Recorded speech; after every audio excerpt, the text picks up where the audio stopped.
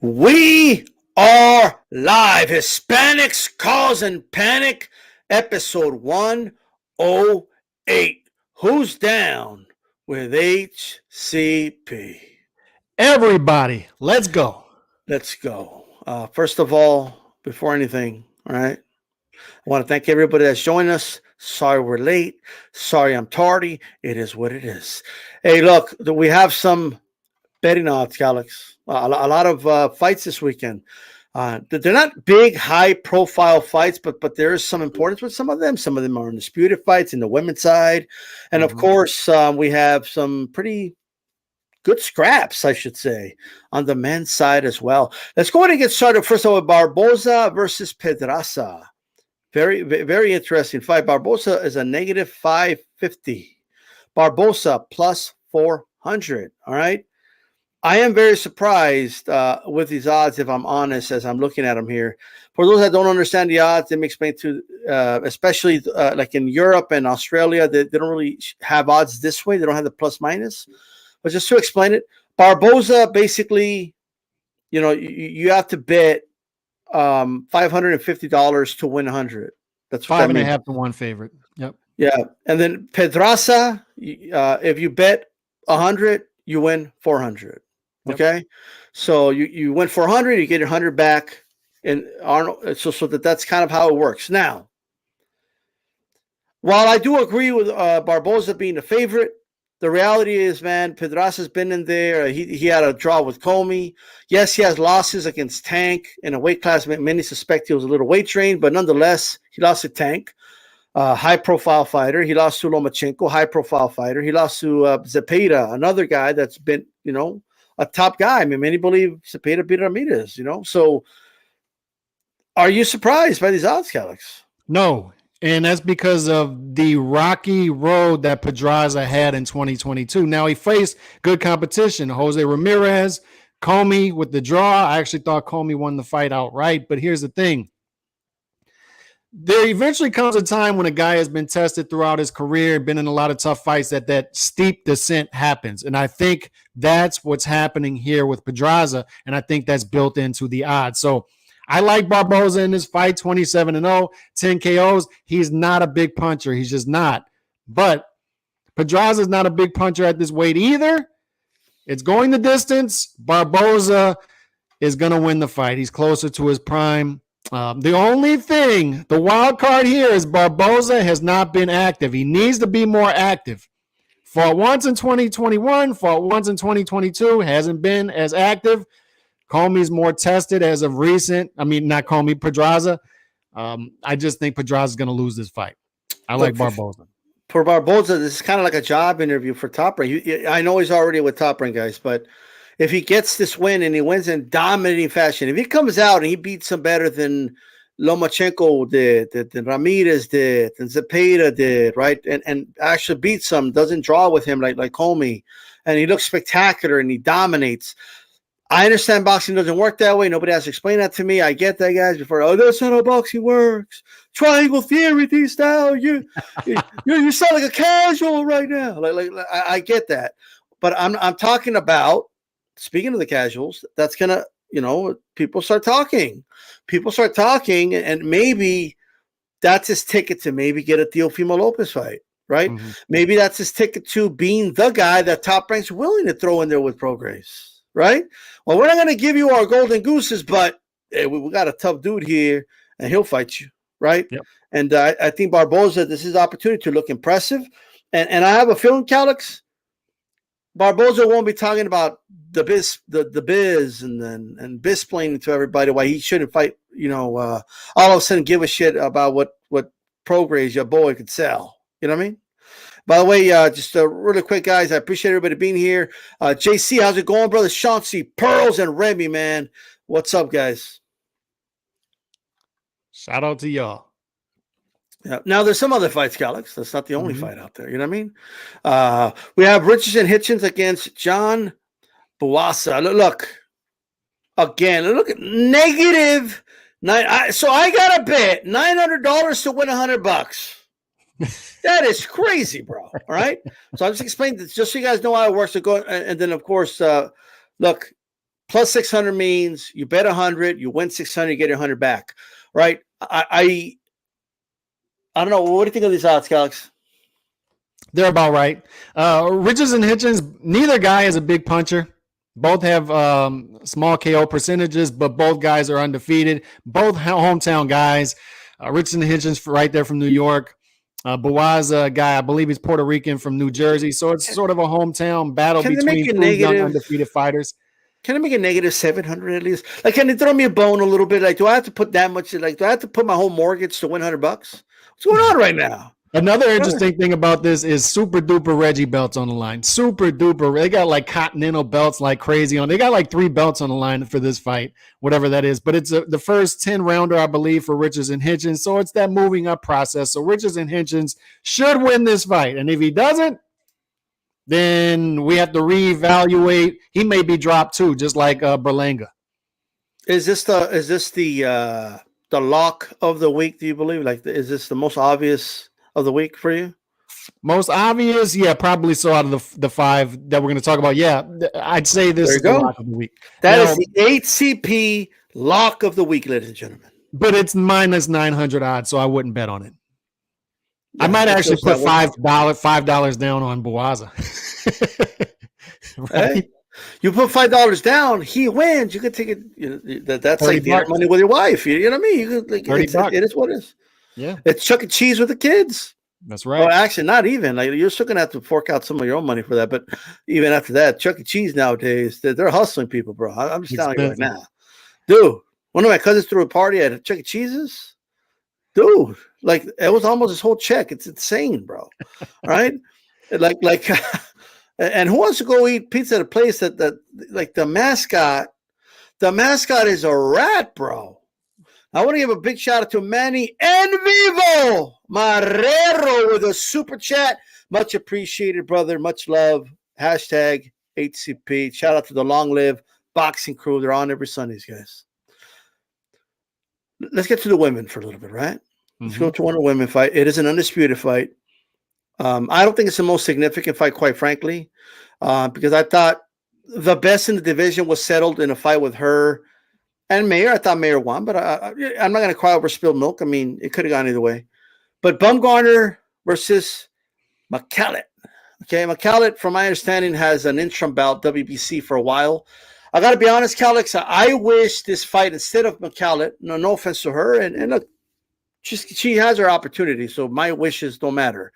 But I do wish that this fight was actually Pursoon. For those that don't know, a lot of people feel Pursoon won the first fight against Katie Taylor. Gave Katie Taylor the best fight, in my opinion, she's ever had in that first fight, even more so than Serrano. That's opinion-based. And also give Katie Taylor everything she could handle. That was a weight class above. And she's still waiting for a title shot at 130. You know what I mean? And I thought that should have been the fight, but it's not. Look, obviously, you guys can see the odds for Baumgardner. You got to put 900 to win 100. I mean, yep, there it is. 9-1. 9-1. These odds are pretty similar to the previous fight. I just can't call it a lock because, Callie, to be honest with you, Mekhaled, I don't know a lot about her. I've seen some film about her, but I don't know. She might surprise us all, right? So there's a lot of surprises in women's boxing sometimes. But I think Baumgardner should take it. Yeah, I think so too, because I don't see as many upsets percentage-wise in female boxing than men's boxing. I think the reason for that is you don't have that equalizer punch. Statistically, you don't have near as many KOs. So you don't have that equalizer if you have a big gap in talent between the two ladies. Yeah. So I just think Baumgardner is gonna cruise here. Yeah, I agree. I think she's going to cruise. Speaking of cruise, since you brought her up, you know what I mean? So let's talk about Serrano versus Cruz. Amanda Serrano. Look, she's trying to go undisputed at 126 pounds, 2 weight classes below where she fought Katie Taylor. She's a minus 800, and Erica Cruz a plus 550. A little bit, not a big difference, but a little better odds than the Baumgardner fight. Look, Erica Cruz, she's a reigning champion. But she's a big underdog here. And I think, just for those that don't know, this is Mexico versus Puerto Rico, if you want to hype yourself up somehow for it. But I think it's clear that Emanuel Serrano should win this fight. I mean, I'll be honest, man. These fights they don't feel remotely competitive at all. They don't feel like undisputed fights because they're just very wide. Like it's kind of like the Inoue fight against Butler, really. Mm-hmm. Yeah, I agree. And once again, I think Serrano cruises here. No pun intended. Cruises to victory because of the lack of an equalizer, and the big news will come after the fight, I believe, and we'll talk about that later. But I just think that Serrano cruises in this one. This won't be a problem at all. Absolutely, absolutely. Hey, shout out to Manuel. He's in lunch, bro. Wepa! Exciting boxing talk during lunch. Like he's stuffing his face while listening to HCP. All right, that's right.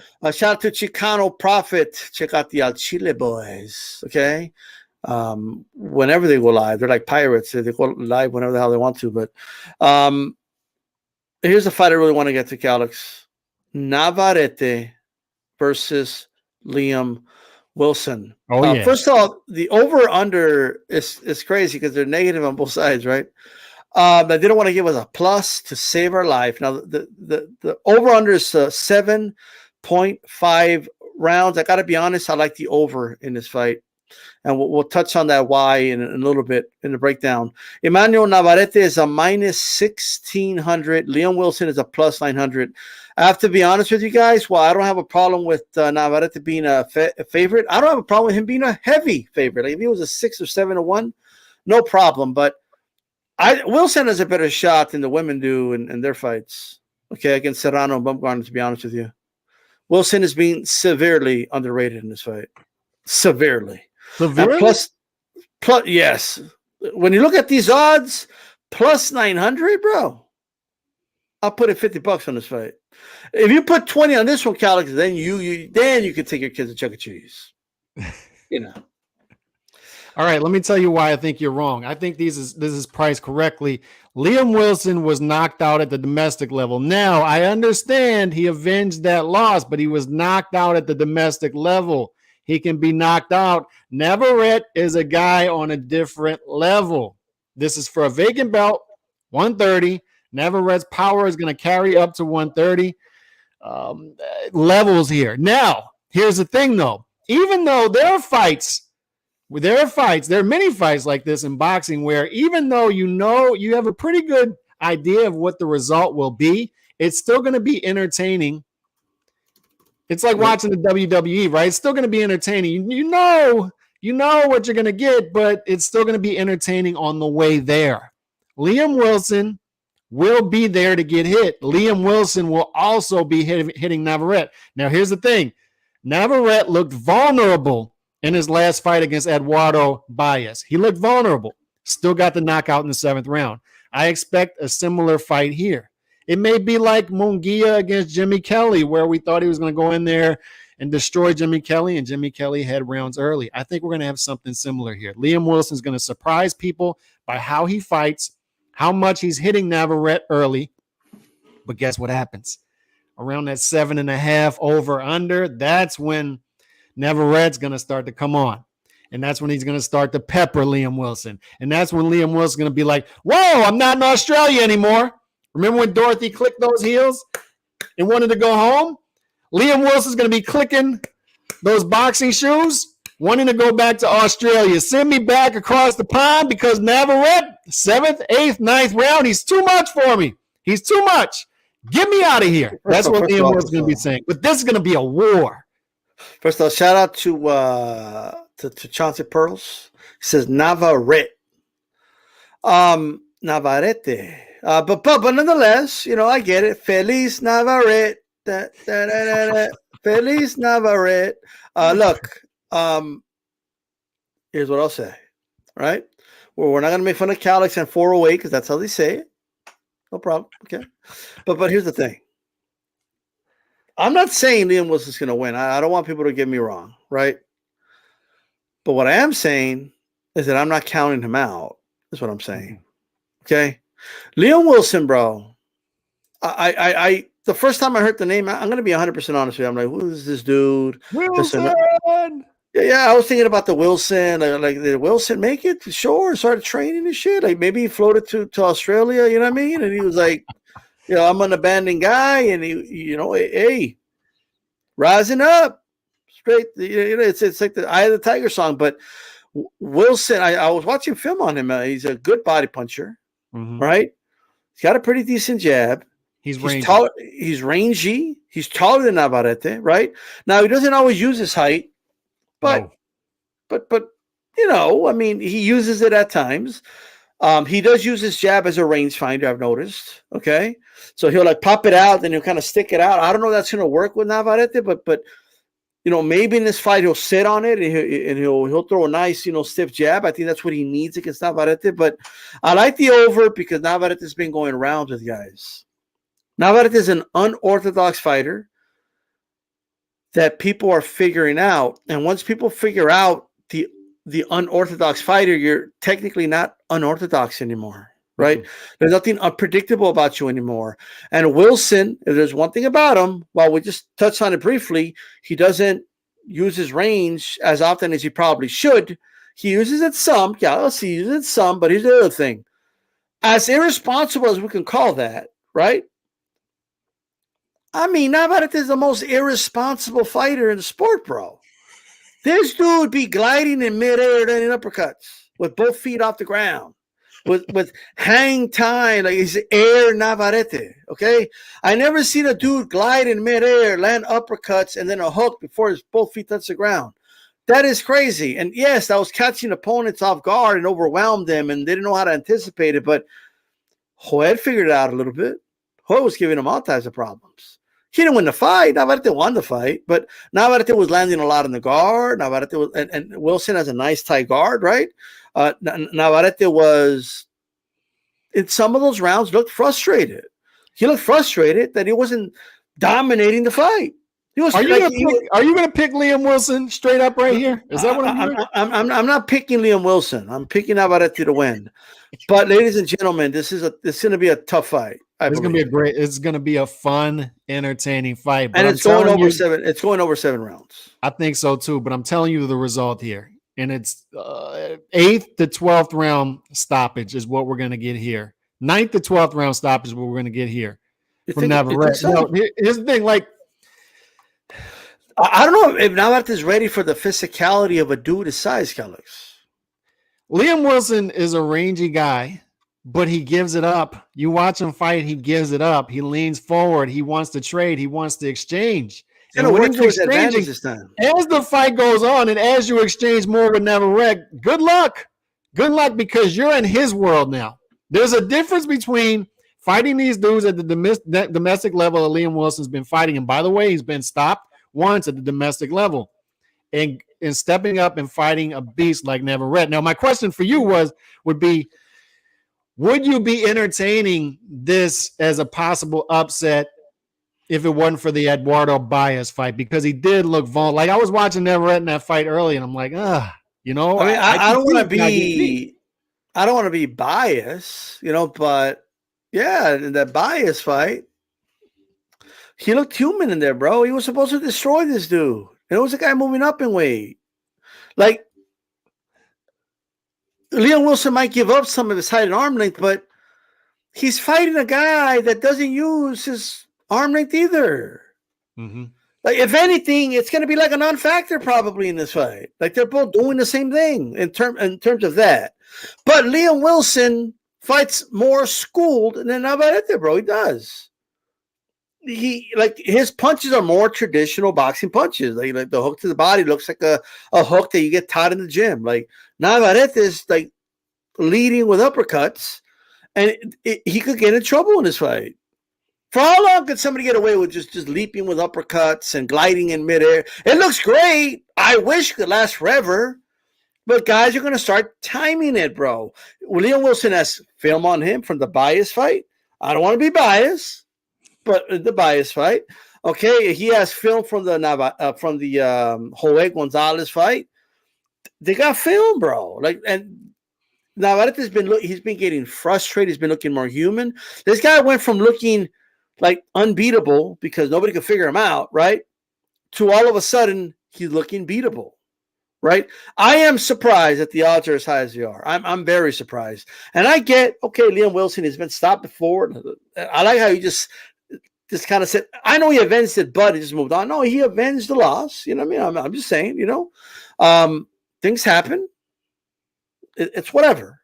I'm not saying he's going to win. I'm saying he can win. Mm-hmm. That's all I'm saying. You know what I mean? I would stay away from that completely, and I agree with you over, and it's because of Navarrete starts slow. He gives up rounds, and eventually, though, Liam Wilson's going to be outgunned. That's what it comes down to. He's going to be outgunned, and Navarrete is going to stop him. Now, here's another. This was supposed to be the Oscar Valdez fight. What happened to Navarrete? Navarrete. I like that better. Navarrete was supposed to fight Oscar Valdez in this fight, and Bob Arum's out there. He talked to Steve Kim yesterday and said, guess what? We're still going to do that fight next. If he gets past Liam Wilson, we're doing that fight next. I'm assuming you think Oscar Valdez beats Navarrete. I'm assuming you think that. I think Oscar Valdez has he has an excellent chance of being Navarrete because I do too. Again, especially after the Liam Wilson fight. If Liam Wilson gives Navarrete the fight of his life, he's going to lose to Valdez. Like period. Right? Now, look, Navarrete might come out there. We might get a Navarrete 2.0 where he's polishing all of a sudden. He's doing the things that he's supposed to do in the ring. Then he just blows this guy out. And then we're here next week, right? That's totally possible, right? But I do feel like just like Barrera went from a stage of being this kind of like he was always a good boxer, but he was more of a brawler and just slugged it out with guys, a little wild at times. But he went from that to like all of a sudden he's using his jab and using the things he learned in the gym. And you saw that in the second part of his career. Maybe there's the orthodox side of Navarrete is there, and he hasn't really showcased it yet, and maybe we'll see it in this fight. Maybe we'll see him throw a double jab, followed up with a nice, cross. You know what I mean?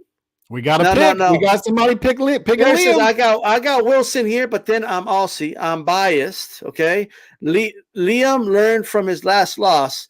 Navarrete punches crazy hard at 26. Can he hang with a punch at 130? And he says no. That's the other thing. And I'm glad he brought it up. Shout out to Australia. Bro, I believe that when Navarrete gets hit in this fight, Alex, it's going to be the hardest he's ever been hit. Mm. If I don't want to sound biased, all right? But if bias was getting to him,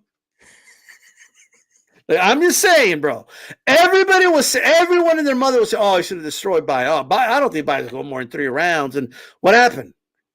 Everybody's wondering what's happening. You know what's happening? The unorthodox is no longer as unorthodox. It's always going to be unorthodox, but it's not as. And it's time for Navarrete, okay, to say Feliz Navarrete. Here is my orthodox style, and he needs to show us that. That's what I believe.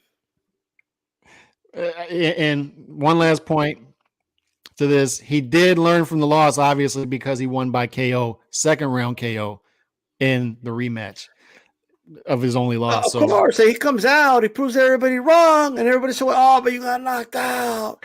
Oh, but look at what happened." Shit happens, okay? All right. Now, Navarrete, again, he could hit hard, but he's moving. Bro, I'm telling you, man. Navarrete used to fight at 122, guys. Mm-hmm. Did you see him stand? I never seen Navarrete stand next to a dude, and the other guy is bigger than him. Like, not just ranger and taller, he's bigger. He's naturally bigger, right? I'm just saying. All right? But look. Anyway, moving on. Now, speaking of promoters, interviews, Eddie Hearn said if Serrano cruises past Cruz in her next fight, we will be getting Taylor versus Serrano in May. Huge fight, Dublin, Ireland, the 3 Arena. I thought at the time when they didn't do the immediate rematch, they were crazy. There's no way. Huge fight, Madison Square Garden. You should have done the rematch, but I'm starting to think letting this fight just marinate for a little bit, let women's boxing cook off of that great achievement, and do more big events, that it's made this event even bigger, I believe, making it wait a little bit, making it breathe. And if this fight comes off for me, if Serrano does cruise past Cruz, this is huge in Ireland. I love that fight.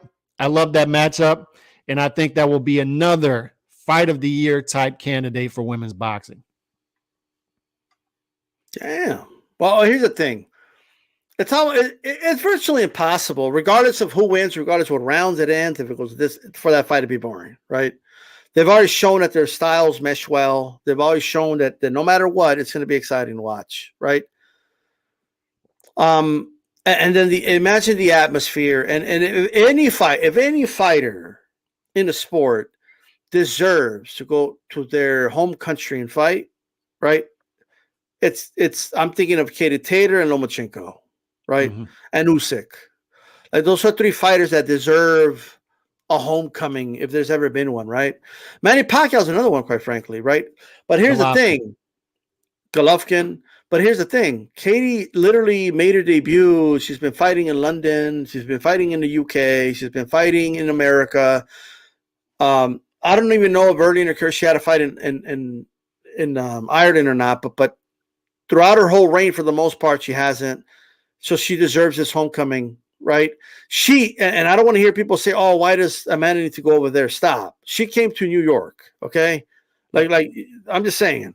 Stop the cap. Stop the cap. Okay. Oh, but there was more Irish people there. Well, that's not her fault. Like, you know what I mean? Like, it is what it is. Well, it is her fault. Like, because she's popular, right? She deserves this. Boxing deserves this. And I don't even want to say women's boxing. I'll just say boxing deserves this. It's a great fight. I think the atmosphere would be amazing. Now, it might look like a funeral when she gets knocked out, but that's boxing, right? That's the way of the world, right? Blood, sweat, and tears is the fuel. Blood, sweat, and tears of boxers is the fuel of boxing. Sounds more fights, more fights where they belong, right? Yes, Ireland. More fights where they belong. And let me tell you, Katie Taylor can make it belong in Madison Square Garden because there's a lot of Irish people there that support her. She could make it in the O2 Arena, but if there's one place that she has not only earned it but deserves it is in Ireland, wherever she wants in Ireland. Okay. And shout out to Eddie Hearn for making that happen, because if anybody deserves it, it's Katie Taylor. She's done more for women's boxing, in my opinion, than any fighter. Besides like a Christy Martin, who's like a pioneer, she's up there, if not on the very top. So shout out to her. I like the fight. I like it. Now the thing is Amanda going to take it? Is Amanda going to go to Ireland? She's got to. She has to, right? I think she wants to secure undisputed. She could say she's an undisputed champion. And then she's going to fight Katie Taylor. I'm just... The money would be there. The money will be there. She can't make any more money fighting anybody else. Not even close. And she's going to feel like I'm going for the knockout anyway after I felt like I got shorted in my last fight with Katie Taylor. Whether we think it was a bad decision or not, she feels that way. So she already said, I'm knocking her out next fight. So why not do it in Ireland? Wherever. You don't have to worry about the judges. Yeah, here's what I want to know, though. What happened to the 12-by-3 life? Remember that? Like, when the Katie Taylor fight was already signed, they're already in the second press conference. She comes out, let's do 12 rounds, 3 minutes. Like, what? Okay, you fought. This is your second fight since that fight, and I don't see you fighting 3 minutes. It was all cap, bro. Stop the cap. Stop the cap. You're not about that life. Do you think they'll bring it up, though? You think that'll be a way to promote it? Hey, let's do 3 minutes before they sign. Let's go. And do you think that will help the promotion of the fight? If they will, and they'll bring it up after the fight is signed once again. They'll do it again after everything is agreed upon. Well, what I'm saying is, from Eddie Hearn's perspective as a promoter, right? Not that he needs it, but do you think that could be a selling point if they actually do the 3 minutes and say, "Hey, look, 3 minutes. So more is at stake this time." Could she have survived round 6 if it was 3 minutes long? You can bring it up after everything's agreed upon to try to sell the fight, but don't actually do it if you're Eddie Hearn, because you don't want Katie Taylor knocked out if it goes to 3 minute rounds. You don't want that. Yeah. Anyway, Anyway, moving on. Hey, man, there's some wild shit going on here, bro. Look, I'm telling you right now, the WBC's out of control. Whoa! Whoa! Like, what's going on over here? Look, first of all, shout out to the boxing historian. All right, shout out to you, brother. And D Nice, salute. How's it going? Boxing historian says Emanuel Serrano should stop this chick. He says, nice support for women's boxing there. You know what I mean? Shout out to Remy and Chicano Prophet says at this point Serrano and her roided coach are collecting checks mode. Damn. Whoa. Damn. Whoa. Okay, but look, Mauricio Suleiman is out here, Calix, and he's like, we need to respect the entity of the world. Russian fighters cannot be fighting for titles as long as Putin is being Putin. Like, you know what I mean? Because the Russian fighters are supposed to stop your government from doing what they're doing, Calix, apparently. I mean, I don't even know what to make of that. But like, what's with this Russian, like being sanctioned, the Russian fighters that are being sanctioned? What does the WBC think it's doing, other than virtual signaling, I guess? But what are they accomplishing? Are they contributing to world peace? Is Mauricio Suleiman going to get like the what's that peace prize called? The Nobel? Is he going to get the Nobel Peace Prize because he's sanctioned Russian fighters? He's letting Russian fighters starve and not feed their family, and that somehow that makes him a hero or some shit? This has been burning me up because I don't want to get into foreign policy, so let's not go there. Just the whole foreign policy, the whole mess with that. But listen, the WBC here, this is how stupid it is, and this is how it gets into semantics, right? Beterbiev is Russian. He just won a fight last weekend, and what happened? He went back to Russia and received a hero's welcome back home, okay? But he's fighting as a Canadian, so he's able to skirt around this Russian ban and still fight for the WBC title. So Dmitry Bivol, who trains in USA, but he's still marked down as a Russian fighter, is sanctioned by the WBC. That's the first of many absurdities right there. But can we please, just as a sports fan, just as somebody who likes to get in here and talk to other dudes and ladies about boxing and sports, can we please leave whatever is going on in the world, Russia, Ukraine, or whatever, out of our boxing? Leave it out of our boxing. Let us get together, have some fun, and not sanction Russian fighters who have nothing to do with anything, no matter what we think. No matter what side of it you're on, no matter what you think is going on over there, Bivol, no Russian fighter, none of them have anything to do with what's going on. Dmitry Bivol is not in a tank last I checked. He's not in a tank in Ukraine. He's training out of LA, I believe. He's training out of LA, training for fights, for his career, for his livelihood. And you're going to try to put a ban on him fighting for undisputed at 175 is what they're saying.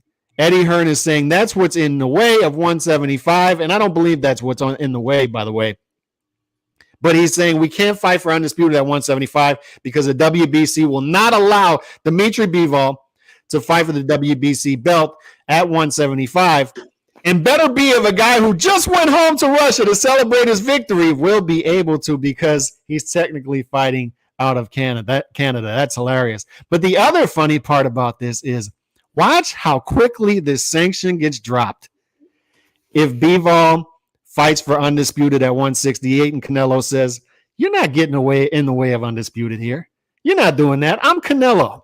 If I say Dmitry Bivol fights for the WBC belt and this is the undisputed for 168, that's what we're doing here, Suleiman. So you're stupid sanction drops, but this is stupid. A stupido. It's dumb. It's a stupido. It's a stupid. Let me tell you guys something, okay? I don't even know where to start with this. So let's just go from the top. First of all, let me read this comment. Popa Chabi says the IOC has sanctioned athletes in the past. There's an argument for each side, but I think it punishes the athletes unfairly. And that last sentence is all that matters. Are you punishing the athletes unfairly? Do they have anything to do with it? If you don't do it, does it have any effect? Like, are we closer to peace with Ukraine and Russia because you ban Russian fighters from fighting for title belts? No. Like, it has no effect at all, so why are you doing it, right? I live in a world where you do things if they're going to have an effect at the very least if you're going to do it, right? Doesn't mean that you should do it because of that, but that at the very least, that should be at the very bottom of a standard, okay? Shout to Barry, how's it going? It says, hit the likes, guys. Absolutely hit the likes, guys. We got somebody from all the way from down under listening right now, guys. This is amazing. Canelo is going to bring about world peace. He's going to say, Dimitri Bivol, my friend, will fight for undisputed. I'm allowing him to fight for undisputed. You're going to drop that sanction. And just like Rocky in Rocky IV, after beating Drago, he's going to get on the mic after the fight and say, we need peace. We need peace. Canelo's going to bring us all together. That's a good idea. You know, it's going to look something like, kind of like, he's going to be like Canelo anyway. He's going to be like, look, motherfucker, I want to fight him. I don't give a fuck about Ukraine and what's happening over there, okay, motherfucker? Okay, fuck you, man. Okay, like that's what he's gonna say, all right? And then he's gonna say after the fight, you know, you're right. He's gonna give a speech. Look, motherfucker, stop the war, okay? It's stupid. But stop being as stupid with the war. Why war? The war. What's he good for? Nothing, motherfuckers. Like, you know what I mean? We need Canelo to step up. Speak for world peace. Look, man, okay? Hey, nobody in their right mind is going to believe, nobody, that if Mauricio Surman, who he's, you know, he has a suit on with his tie, you know what I mean? You know what I mean? He's got the suit, like, and wears Canelo caps during his lives. Like, he's a fan of Canelo on the open, right? Nobody could ever convince me that this dude would tell Canelo no. I stand by principle and by morals, and I stand by what I believe in, and I believe that the sanction is good for world peace. Motherfucker cares about the dollar, bro. That's what it is, okay? He doesn't want pressure from outside entities, and that's why he's doing his Russian ban. That's what it is. I don't care what anybody tells me, okay? That's exactly what it is. It's bullshit. It's punishing the fighters. And I don't want to hear, I'm tired of people acting all moral and speaking about morality when it comes to boxing, bro. Okay. We're watching a sport where dudes beat the fuck out of each other. We're talking about morality and like, what are we doing? This is the same sport, okay, that when it was banned by the U.S. government, all right, they would give people would buy train tickets instead of, because they couldn't buy tickets for the fight, but the train ticket was to Reno. And that train ticket just happened to stop by a little built-in stadium, and then, what do you know? There's a fight in Reno here, right? This is a sport where a former heavyweight champion had to go to Savannah, Cuba to defend his belt, okay? Because he wasn't allowed to fight here. This is the same fucking sport, guys. This sport has been banned and it still did its shit, okay? It's an outlaw sport. It's prize fighting. Boxing has no place in world affairs, and it has no place in any of that shit. Like, period. Tired of it. Tired of it. Point blank, period. Now, speaking of sanctioning bodies, promoters, etc., etc. Jason Maloney is going to avoid the Donaire fight. The WBC ordered this fight, and this fight was been in the works since November. They knew NOA was going to win the belts and then vacate the belts and move up to 122. These belts would become vacant. WBC said, if a vacant shot comes about, it's Donaire versus Maloney. Everybody knew this since November, D-Style. Everybody knew this since November. So NOA drops the belts. They've had since November to work on a possible fight. And for a couple of weeks now, work on a fight. So now, yesterday, Maloney's team, Top Rank, says, we can't do it. Can't do it because we can't work with Pro Bellum. We can't work with Pro Bellum. Why can't you work with Pro Bellum? Number one. Number two, Dose, you knew this weeks ago. You knew this months ago. It's the same thing with Ramirez versus Prograis. You knew this in 2022. Why are you waiting so long? Why are you holding up the process to say, no, we just can't go there. We can't do it. We can't go there. It goes back to the virtue signaling. Bob Aaron, we can't work with Kinahan. We can't work with Kinahan. I'm sure you could work with Kinahan if it greased your pocketbooks well. I'm sure you could, but you don't want to work with him in these situations. But my big point with this and what infuriates me is speed up the process. Sanctioning bodies need to speed up the process. Also, if a promoter knows he's not going to do a fight in November, announce it then. Get the process going. Let Donaire get the process going. Donaire had to say 6 days ago, send out a letter to Maloney's team. No, we're not dropping in the rankings. We're not giving it up. This is our vacant shot as well. You're going to have to fight us if you want to fight for this belt. Otherwise, go elsewhere. It's a shame that it's come to this. This is horrible. It's brutal. Speed up the process. If you're not going to fight a Probellum fight, let everybody know months ago and let's go. You're on mute.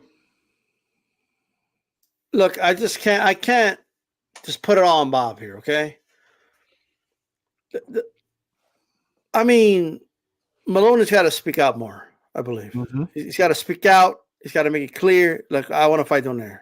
Yeah. And if he doesn't do that, then there has to be a level of responsibility to the fighter. I'm tired of people just giving the fighters passes, bro. Yeah. Because if you do that, if you have a hard rule that you don't believe the fighters no matter what, then they're going to abuse that. And then they're going to avoid fights. And then, because they know you're not going to blame them no matter what. Like, these stupid hard rules, don't make sense to me, okay? And Remy's right. What Bob orders, okay? Look, this was, in my opinion, it's probably the best fight to make in his weight class. Now that Inoue moved up. Yep. Right? And it would have been a good fight. And it's actually a winnable fight for Jason, in my opinion, because Donaire is up there in age, right? Whether he wins or not, I'm not sure, because Donaire could fucking crack, right? And he could at any point knock out Maloney, right? And he could box and he could do other things, and he's big for the weight class. I'm hoping, obviously, I think WBC has already made it clear, right? Like, this fight's not going to happen. So I don't know who they're going to find for Donaire here. I have no idea. But where does Jason go from here? Like this was an opportunity to fight for a belt. Well, who's he going to fight? Butler for a vacant belt or something? Maybe it's a more winnable fight. Maybe, you know what I mean? I don't know.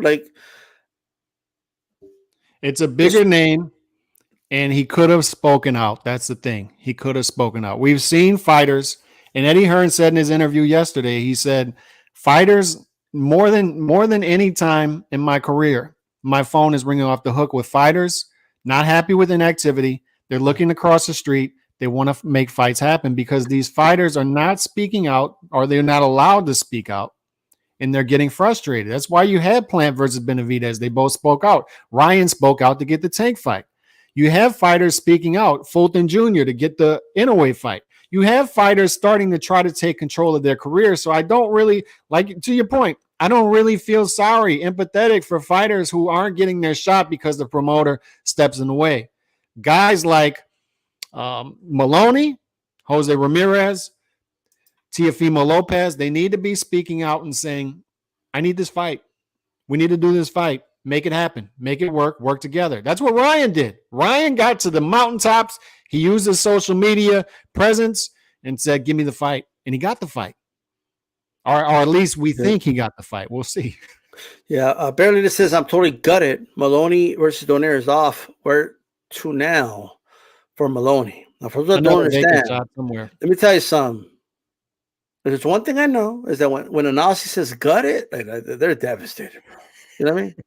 In America, gut means I eat too much and I haven't worked out in a while. You know what I mean? So I'm gutted because I haven't done sit-ups in a year. That's what an American means by gutted, but devastated. Devastated. I just wanted the American audience to know how devastated it is, like Barry is.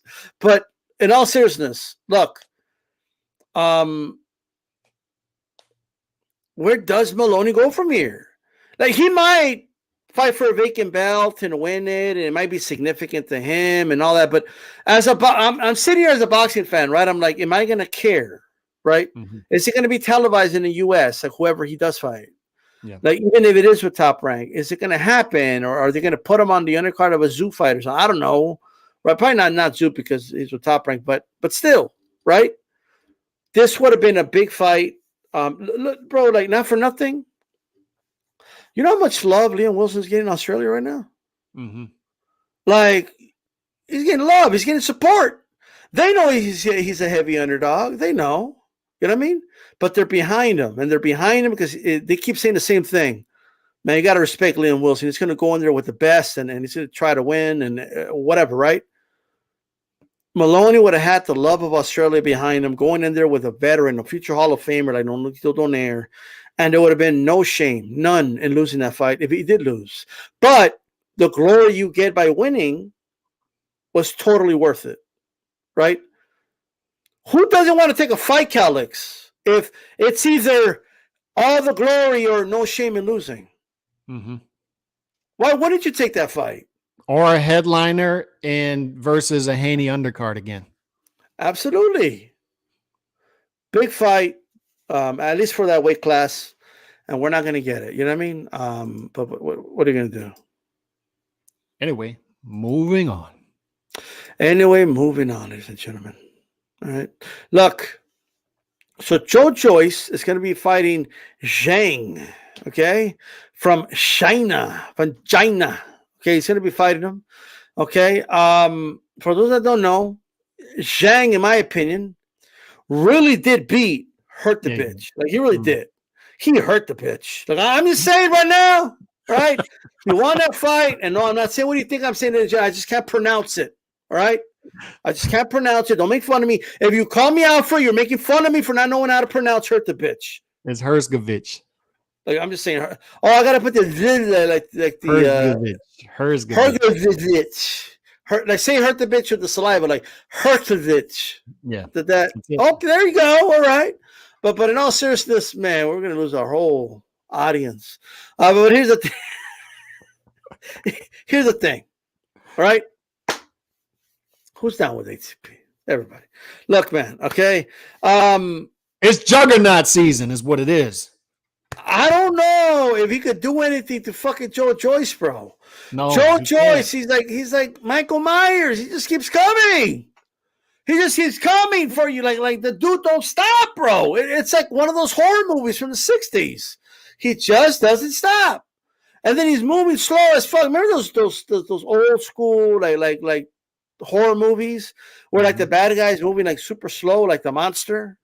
So you would think, like, dude, if you just run, he's never gonna catch up to you, right?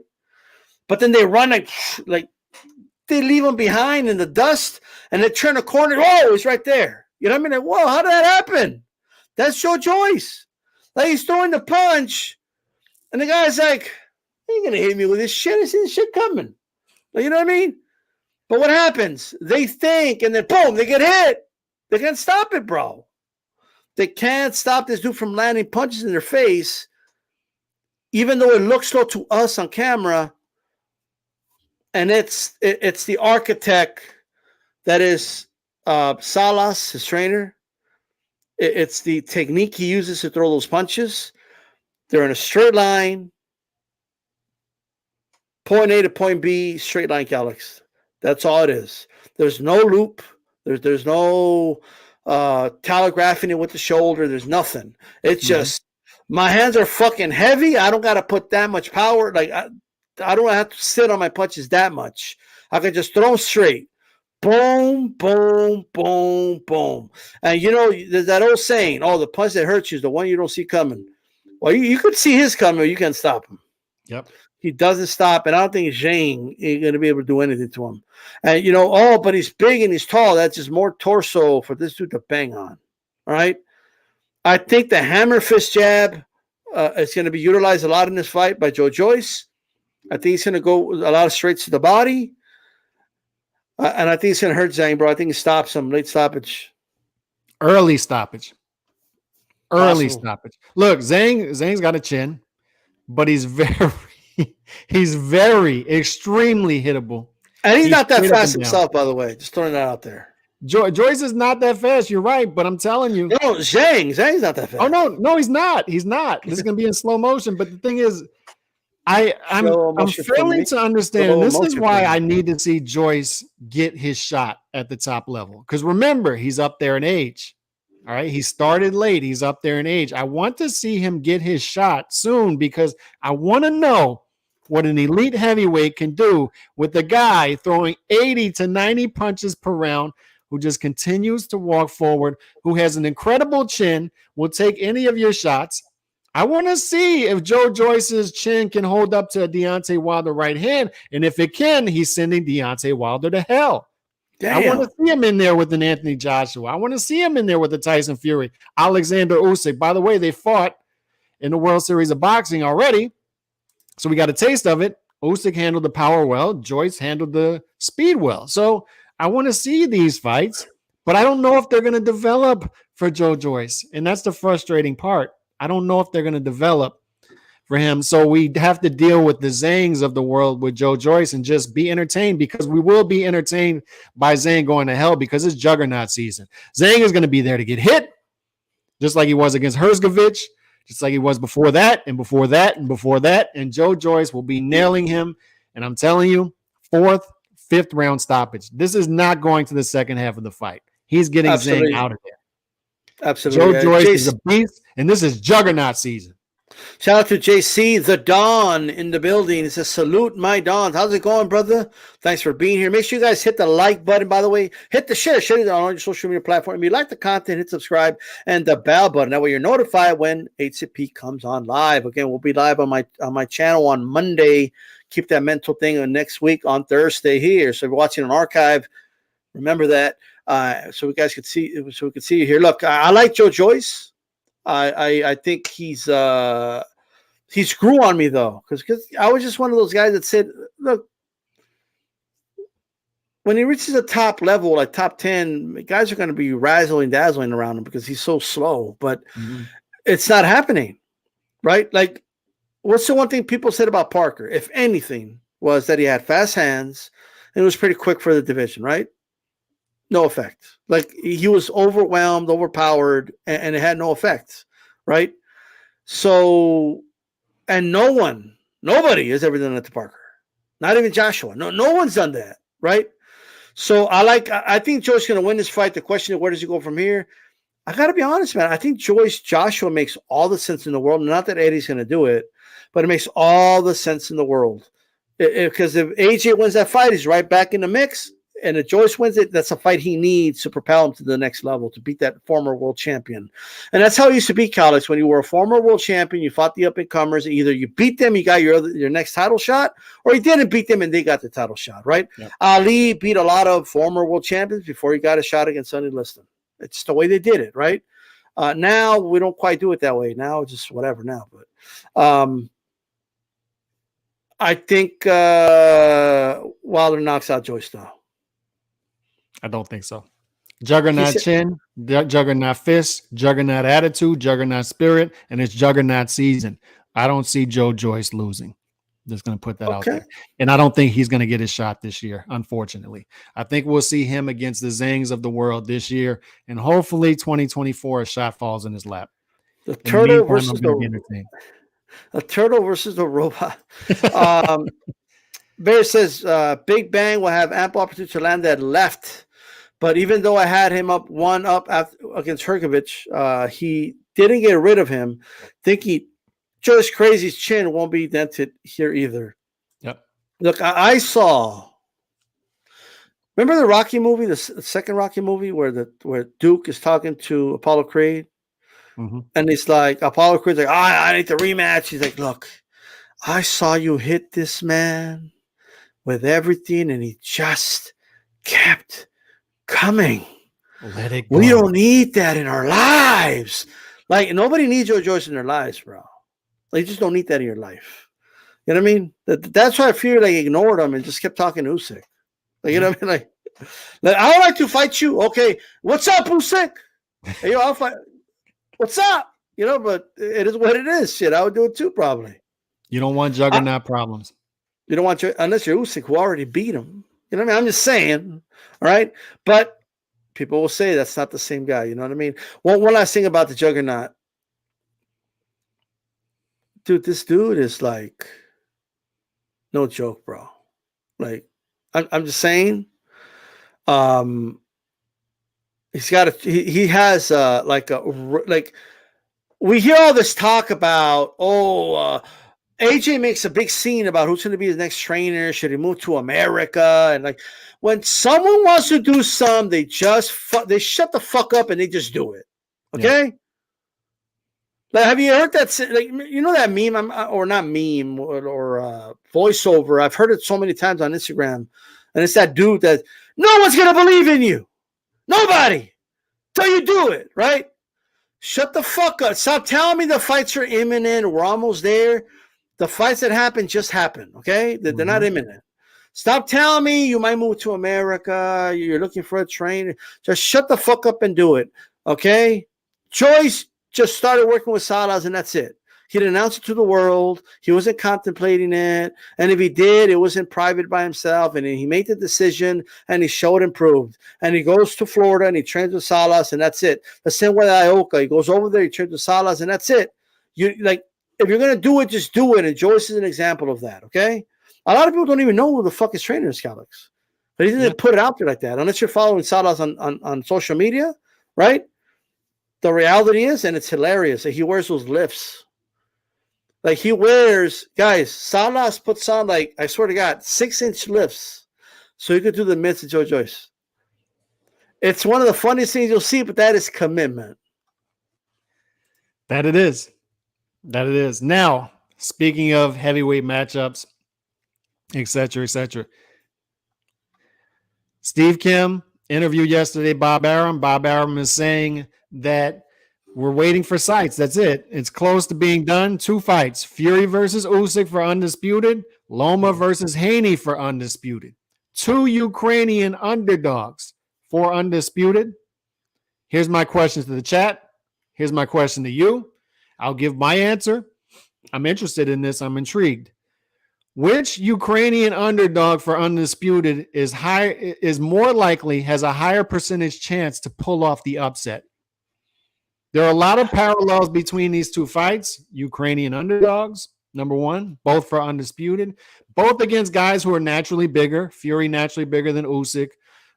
Haney naturally bigger than Lomachenko, although I don't want to hear any excuses. The guys are in the weight class. You got to deal with any kind of disparity in weights that you have. Both guys have their own assets, advantages moving up in weight, right? So with speed and whatnot. So did you say assets?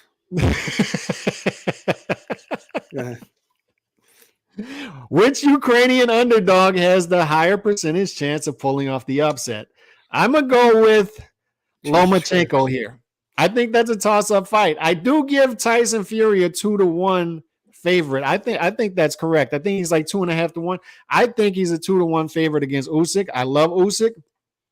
I like what's going on with Usyk, obviously, and he's number 2 pound for pound on my list. A lot of people have him number 1, all-time great. But I'll say this, Tyson Fury has not shown as many vulnerabilities as Devin Haney has. Tyson Fury, other than the first Deontay Wilder fight, he hasn't shown much vulnerabilities at all. The third Deontay Wilder fight, he's shown some vulnerabilities there as well. But Usyk's not going to test the chin. And Tyson Fury, great boxing ability. So I'm going to go with Lomachenko. I think he has a higher percentage chance of pulling off the upset than Usyk. This is a tough question because let me analyze, and I'll give you an answer. But so you have Fury, the reigning WBC champion. He's big, strong, just annihilated.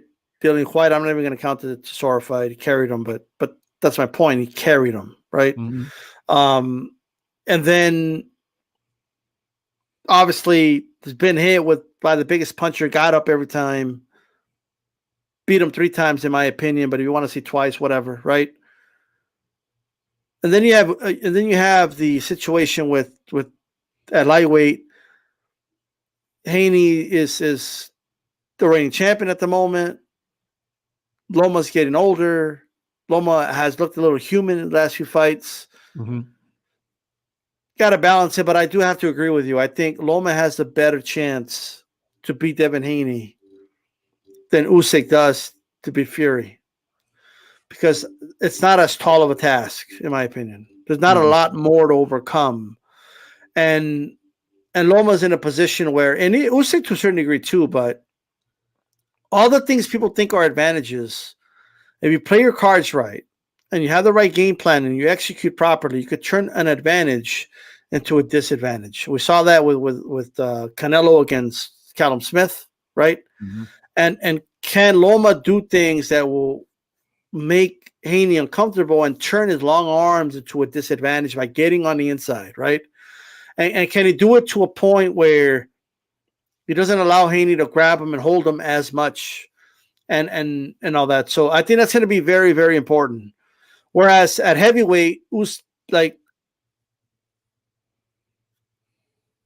a mid-range fighter, bro, and he's going to have a hard time fighting this guy from the outside and coming on the inside because Tyson Fury will maul you, right? Fury's a really good inside fighter despite his long arms and all that. He really is. Probably a better inside fighter than Usyk, right? I think Usyk's better at mid-range, but I just think there's too many factors at play in the heavyweight matchup. I think Lomachenko has a better shot at beating Devin Haney. In fact, that's my official pick. I think he's going to win a close decision. So I think he wins that fight. Yeah, Lomachenko's had a lot of success at lightweight throughout his career. Haney has as well, obviously. But Lomachenko's been there a while.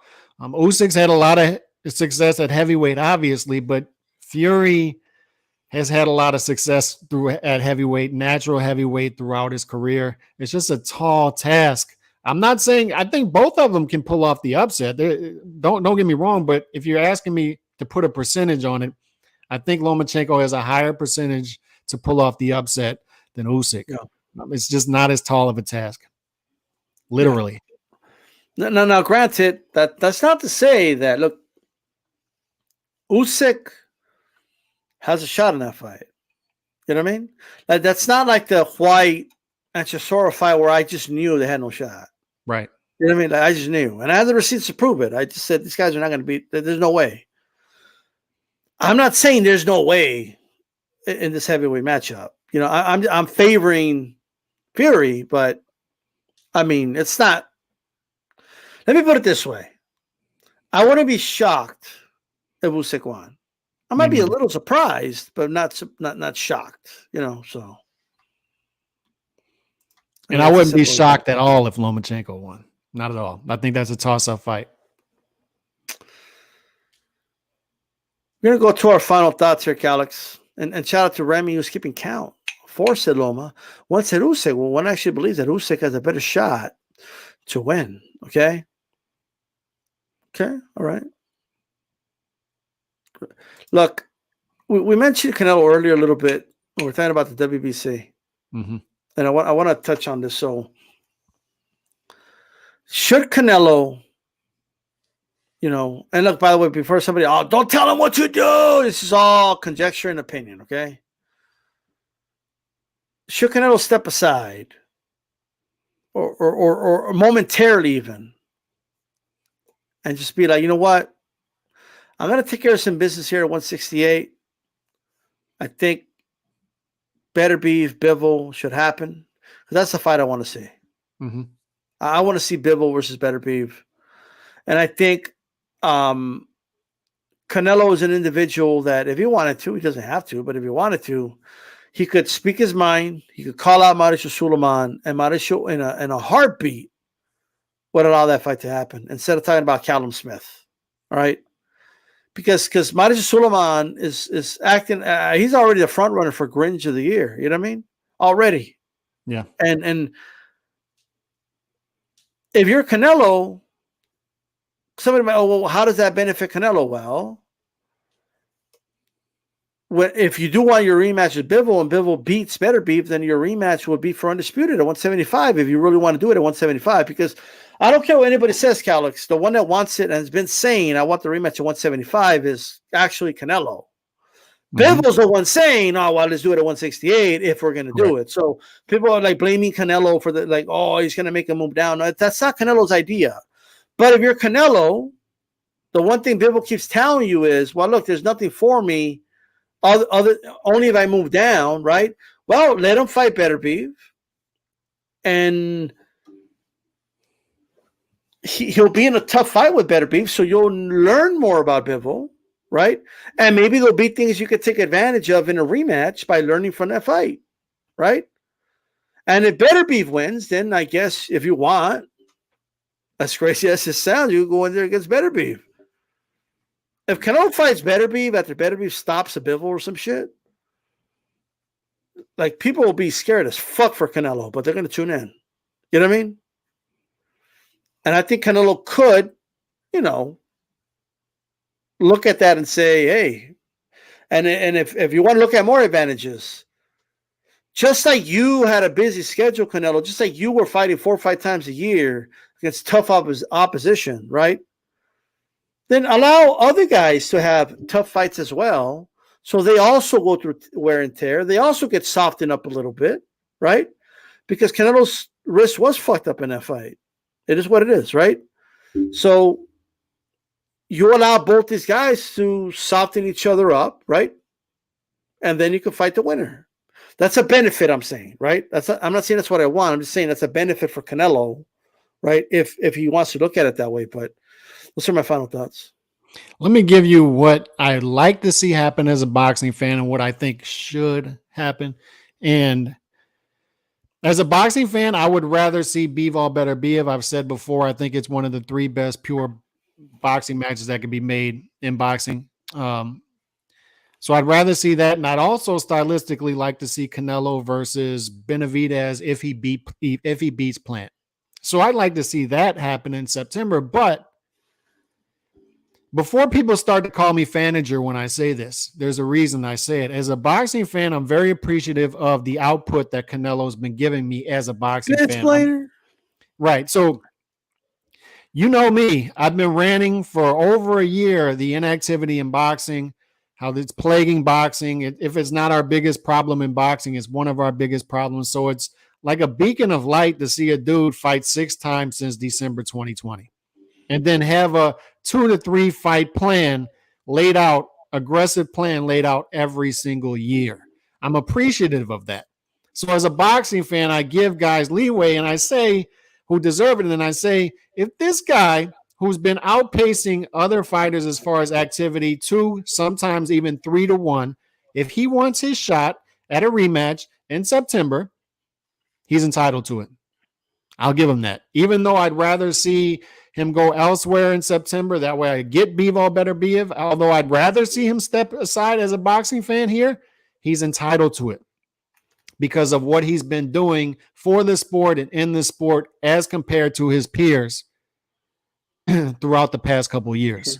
So that's what I'd like to see happen and what should happen. And my point is, as a boxing fan sitting here as appreciative as I've been for Canelo, he's entitled to that.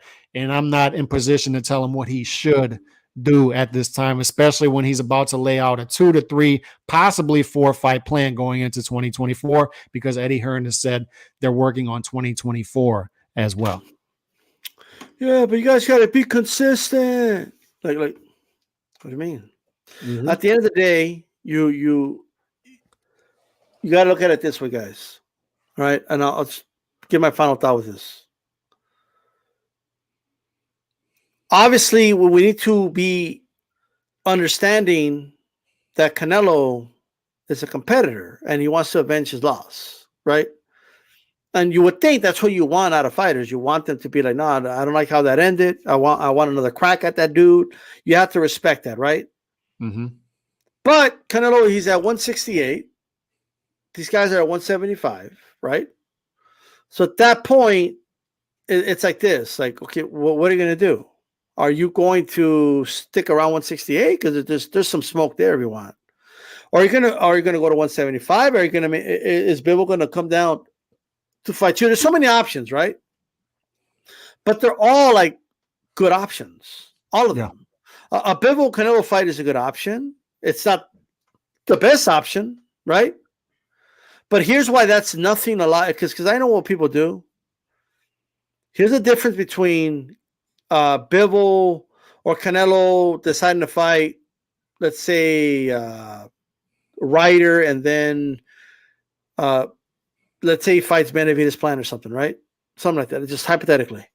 The difference between that and Ramirez not fighting Progress and fighting Comey instead is that he's only going to fight Comey. He's not going to fight for the rest of the year. Like, that's the problem. Like, what are the fighters ultimately giving us? Like, ultimately, what are they giving us? Are they doing more than just that one thing, right? And that's something I wanted to touch on. And I think if you don't get the Canelo fight you want in May, you could possibly be getting it in September or December or February of the next year. And I've always done this. I've told people, get any fighter, write down in order the list, like a list. Right, just do this exercise, guys. Write down in order from 1 through 10 the fighters, the number one guy. So let's say Bivol, right? I'll put Better Be number 1. 2, I probably would put Canelo as number 2 option for Bivol, right? 3, man, I'm kind of running out of options, but maybe the dude from England, I forget his name. Okay, put him right there, right? Maybe Callum Smith number 4, right? So like we'll do a list that way, right? These guys are they're not fighting the number 1 in our list. Like, they're fighting guys that are not in our top 10. Like, they're nowhere. Like, you know what I mean? If I made a top 20 list, they wouldn't be on there. That's the type of guys that Andrade is fighting, for example. So not only is he not fighting the guys I'm writing on the list that I would like to watch him fight, he goes off and fights dudes that are not even on the list, right? Canelo will at least fight someone who's on your top 10 list. It may not be your number 1 option, number 2 option, but he's there somewhere, right? Or not that far off. And if they're not on the list, and then fight another one 4 months later. Yeah, and if he's not on the list, the next one will, right? Because I know what they're going to say, Calix. I know what they're going to say. Yildirim, he wasn't on my list. He wasn't on my list either, but he fought him 2 months after the Smith fight, and then 2 months later he fought fucking Billy Joe. If you're still bitching and complaining and bringing up Yildirim, you're killing my brain cells, okay? Plus, he was a mandatory. I want your opinion on this, Calix. So somebody tweeted out, a genius tweeted out, that Bivol beat 4-division champion Saul Canelo Alvarez and gets all the credit in the world, right? God forbid we give him credit, right? And I want to know what the chat thinks. And then he puts, but Spence beat 4-division champion Mikey Garcia, and nobody wants to give him any credit. Like, should we bother killing our brain cells here? Or? So how did Mikey Garcia fare at welterweight compared to how Bivol fared at 175 light heavyweight? That would be my first question. Look, like, I could go over it, right? What is Bivol's peak weight compared to what Mikey Garcia's peak weight was? That's just off the top. You know what? That's funny, because in order for that analogy, guys, to make sense, like, Mikey would have had to have been the big guy. You know what I mean? Yeah. Like, and Spence would have had to be the guy moving up. That's what makes the analogy like ridiculously stupid. Like, it was actually Mikey that was moving up. You know what I mean? But here's the thing. Well, I guess actually no. Let me take that back. Actually, no. He's comparing Spence and Bivol. Actually, it's not Mikey. Right. You threw me off there. Right. So Spence, what has Spence done compared to Bivol? And we're comparing Mikey to Canelo, right? Yeah. Here's the thing. Dude, Mikey didn't, like, he avoided the Lomachenko fight, bro. At 135 and just moved up. I mean, like, this is crazy. I just don't. Why do we need to explain this stuff? Like, for what? Like, it just doesn't make sense, bro. Mikey had love handles, bro. If the comparison, if I'm understanding this correctly, the tweet, if the comparison is between Canelo and Mikey. Yes. I mean, my God. I mean, it's like you know what's crazy that someone like people make stupid points, right? And they're so stupid. Now, here's the thing: like they're so stupid that you're almost like speechless. But like they think they got it. Like they think. Well, not only that, it's so dumb that I'm misinterpreting what he's actually tweeting. He's actually comparing Mikey to Canelo. What he's saying is it's a Spence fanboy. He's saying, why didn't you guys give Spence credit for being a 4-division champion, but you give Bivol all the credit for being a 4-division champion, right? This shit is stupid, bro. And I bet you that same person didn't give Mikey all this credit for being 4-division champion, Broner. Mm-hmm. Right? I bet I could go through a timeline they never did it, right? Not everything is created equal in boxing, bro. No, it just isn't. So the whole thing is stupid, bro. You're comparing Mikey to Canelo. This is crazy. Canelo, #1 pound for pound, like what was undisputed in his weight class below before he moved up to challenge. He was already a champion at that weight class before by beating Kovalev. Mm-hmm. Like, it's not even close, bro. It's not even close. Was undisputed in the division just south and actually looked better against taller opposition. Mikey didn't look like. Who did he beat? Tevin Farmer? Mm-hmm.